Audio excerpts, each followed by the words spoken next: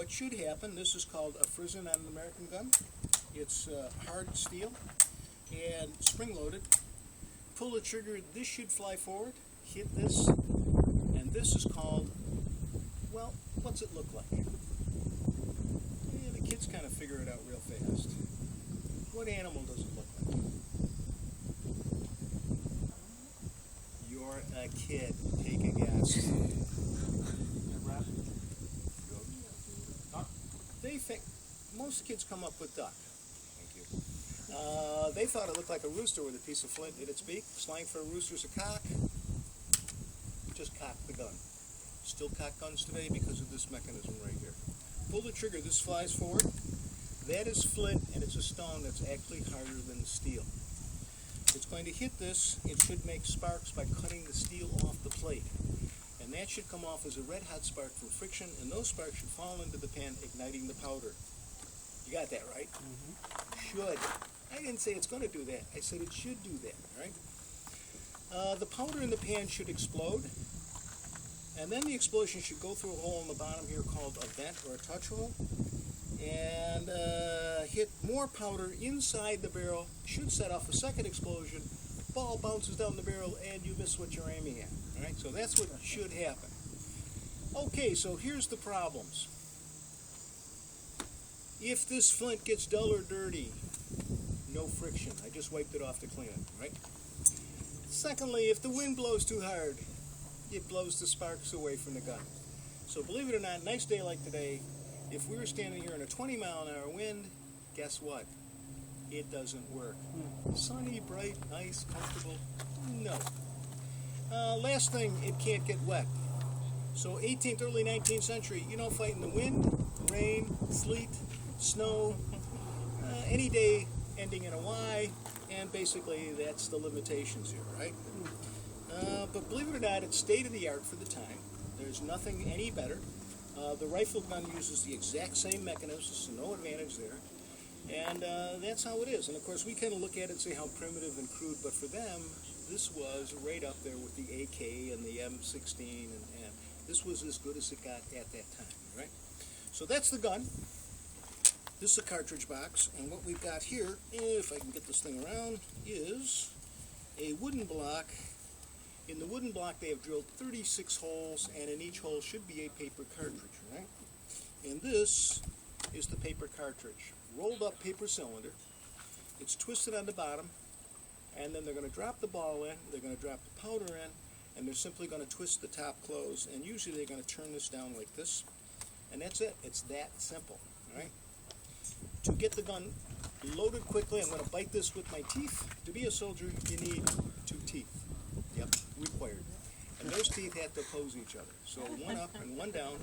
And so if you got a tooth here and a tooth there, you can't join the army, right? What else do you need? Well, you actually need 4 whole fingers. Yeah, a thumb and an opposing finger is sufficient to load the gun on each hand, right? So you don't need 10 or 8 or 7. 4 will do it. Now, what about good eyesight? No. Simply point, hope for the best, pull the trigger, all right? Reading and writing, not necessary, okay? So something to think about. You've got 2 teeth, 4 fingers, you're blind, you're illiterate, you're perfect for this job, all right? I'm going to prime and load this. We're going to take a stab at getting it to work. Spit that toward the enemy to show your disdain for them. And powder looks like charcoal. Nothing magic about it. It is, in fact, actually part charcoal, part sulfur, and part potassium nitrate, or what they call saltpeter. Right? Yeah. Okay, that's enough right there. Oh, it's going to make me bend down. All right, so that's it. See it right there? Now notice, it's black, isn't it? Imagine trying to load this at night. Really hard to do. Don't put enough in, the gun doesn't go off. Put too much in, you burn the side of your face. So you really don't want to fight at night, and that's what happened at this fort. The British come in the middle of the night and attack the fort. At Lundy's Lane across the river, they fight at night.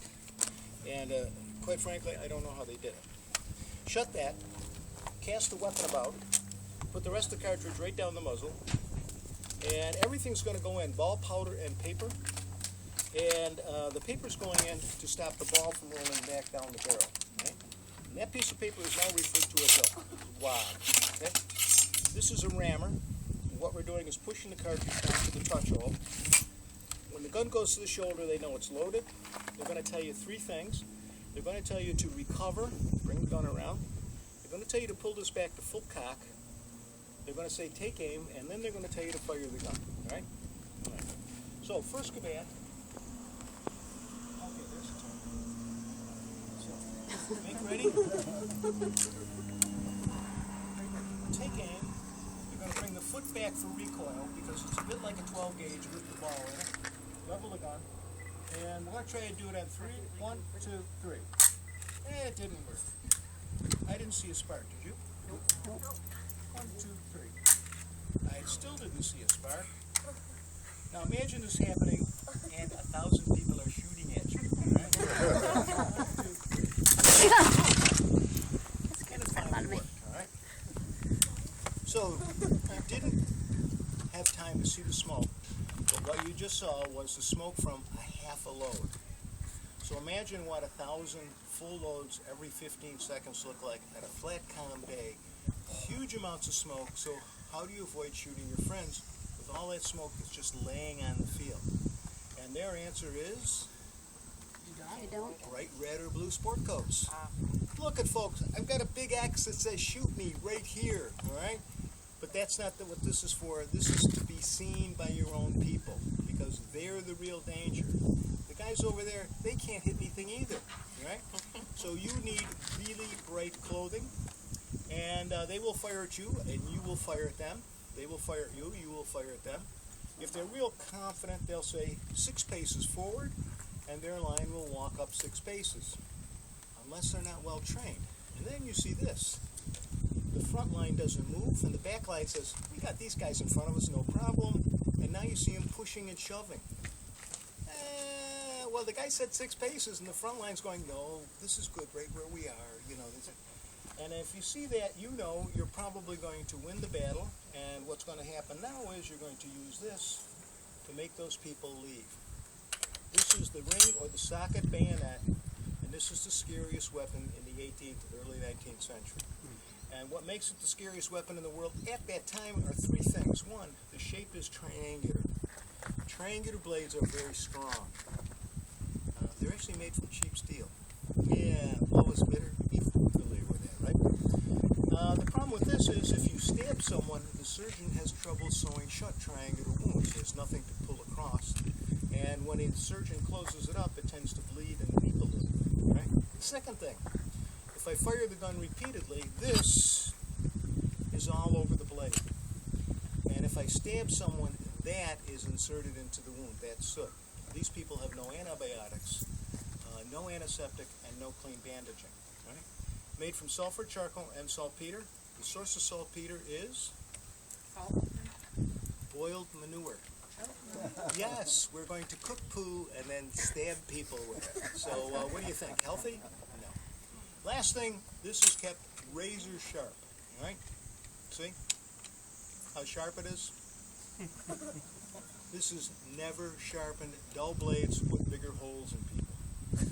So what do you do when 1,000 people walk towards you, that's held up towards your throat, and most rational human beings run away? And that's how most of these battles end. They don't end in big Donnybrooks like you see on television. They simply go, yeah, this isn't going well, we're leaving. And they leave. And that's how most of the battles are won and lost in this period. Okay? So that said, are there any questions?